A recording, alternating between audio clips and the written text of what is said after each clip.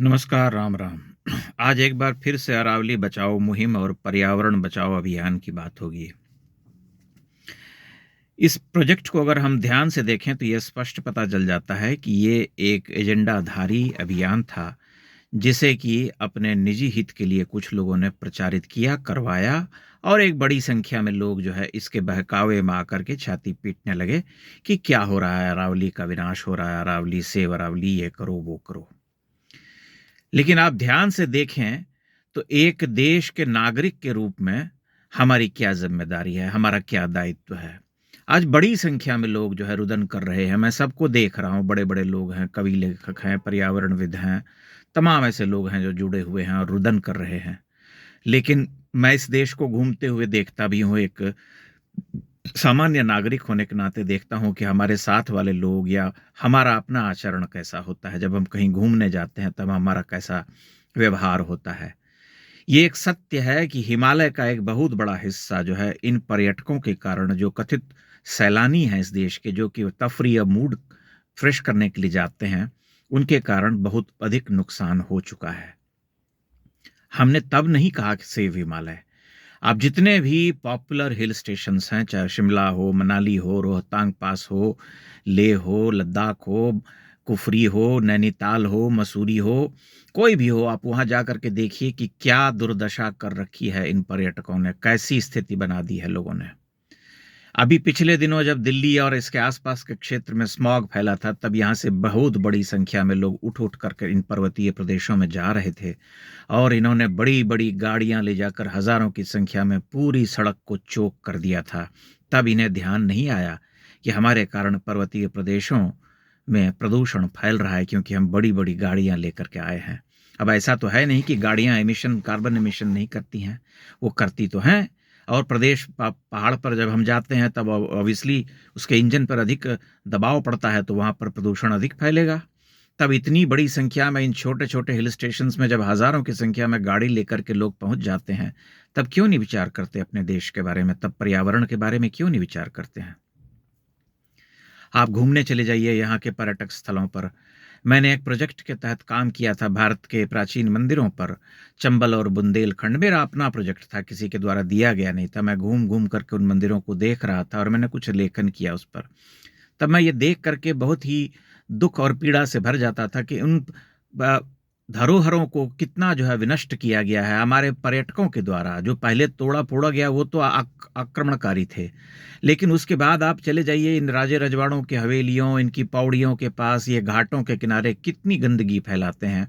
अलवर में मैं 3 बार गया सागर की पौड़ी के पास और मैंने हर बार यही देखा कि वहाँ घाट की सीढ़ियों पर कचरे का ढेर लगा हुआ है, कोई देखने वाला नहीं। जो आता है वहाँ खा पी करके प्लास्टिक रैपर छोड़ जाता है, प्लेट छोड़ जाता है, कुछ भी करके चला जाता है, उसका दायित्व तो नहीं बनता है। लेकिन वह उपदेश ज़रूर देगा और कल कोई अभियान चलाएगा तो उसमें तख्ती लेकर के खड़ा हो जाएगा, सेव अरावली, सेव ह्यूमैनिटी और save this and save that.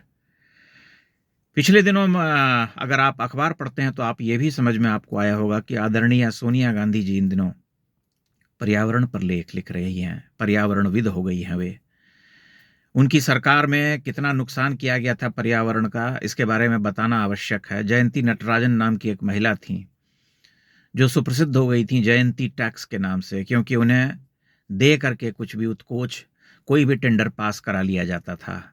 इसलिए लोग मज़ाक उड़ाते थे। पत्रकारिता जगत में यह टर्म जो है बहुत ही प्रसिद्ध हो गया था, जयंती टैक्स। लोग भूल गए हैं, बहुत स्मृति दोष है यहाँ पर लोगों की। बहुत जल्दी लोग भूलते हैं चीज़ों को। आपने मान लिया कि सरकार ने अरावली के प्रोजेक्ट पर जो है कुछ काम करना चाहा, तो आपने मान लिया कि सरकार नष्ट कर रही है, जबकि सुप्रीम कोर्ट से केवल एक परामर्श लिया गया था कि क्या किया जा सकता है वर्गीकृत करने के लिए अरावली क्षेत्र को। तब जो है ये 100 मीटर का विचार सामने आया कि 100 मीटर ऊंची पर्वत चोटी जो है उसे वन्य क्षेत्र या वर्गीकृत किया जाएगा, एक आरक्षित क्षेत्र के रूप में, जहां पर कि कोई खनन का काम नहीं होगा।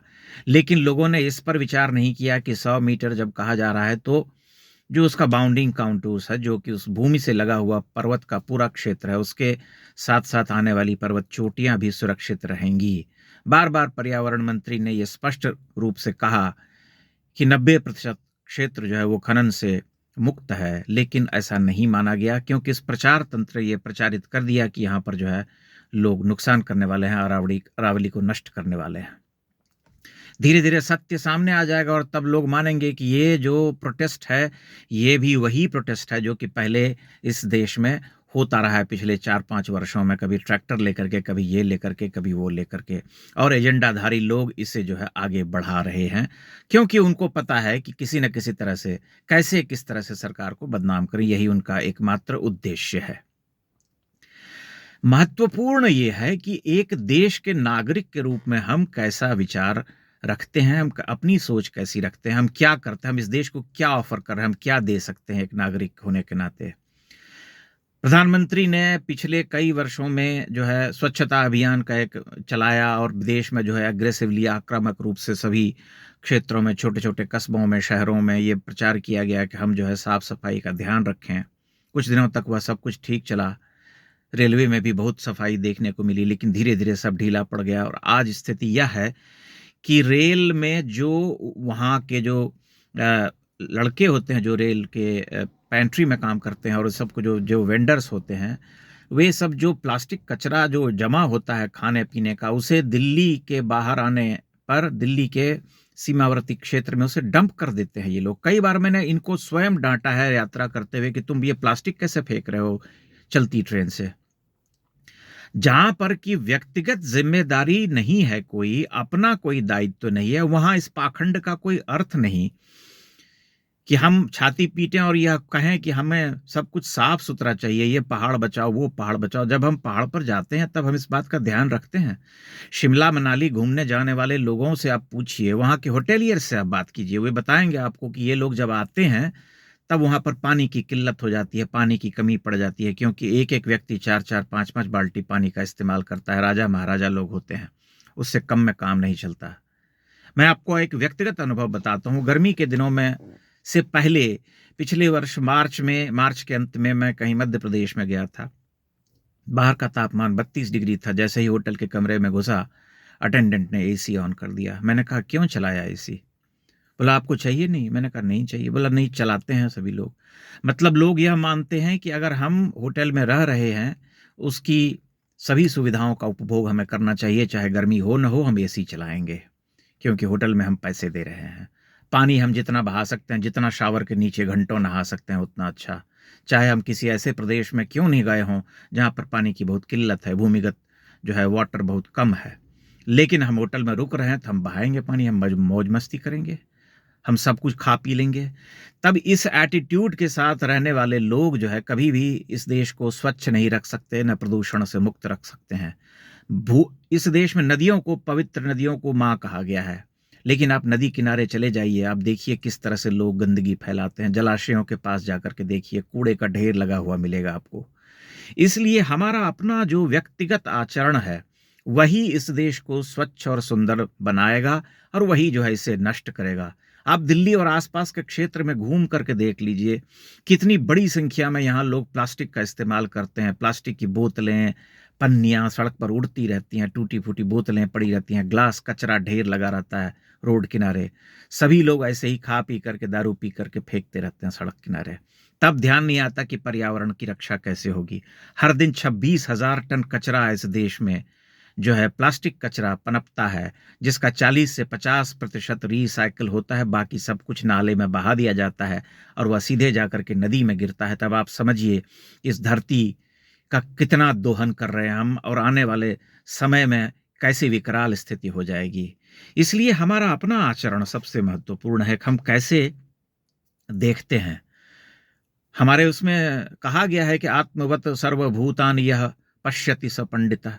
अपनी तरह जो सबको देखता है, प्रकृति को भी जो अपनी तरह देखता है, वही पंडित है। तो हमारे सनातनी सभ्यता में तो यह था हमेशा से कि प्रकृति हमारे लिए कोई अलग नहीं है, उसकी रक्षा करना। इसीलिए हमने वैदिक मंत्रों में जो है पर्वतों की पूजा की, नदियों की पूजा की, और तमाम प्रकृति के संरक्षण का विचार जो सिद्धांत है वह हमारे दर्शन में, जीवन दर्शन में अनुस्यूत है, उसमें गुथा हुआ है।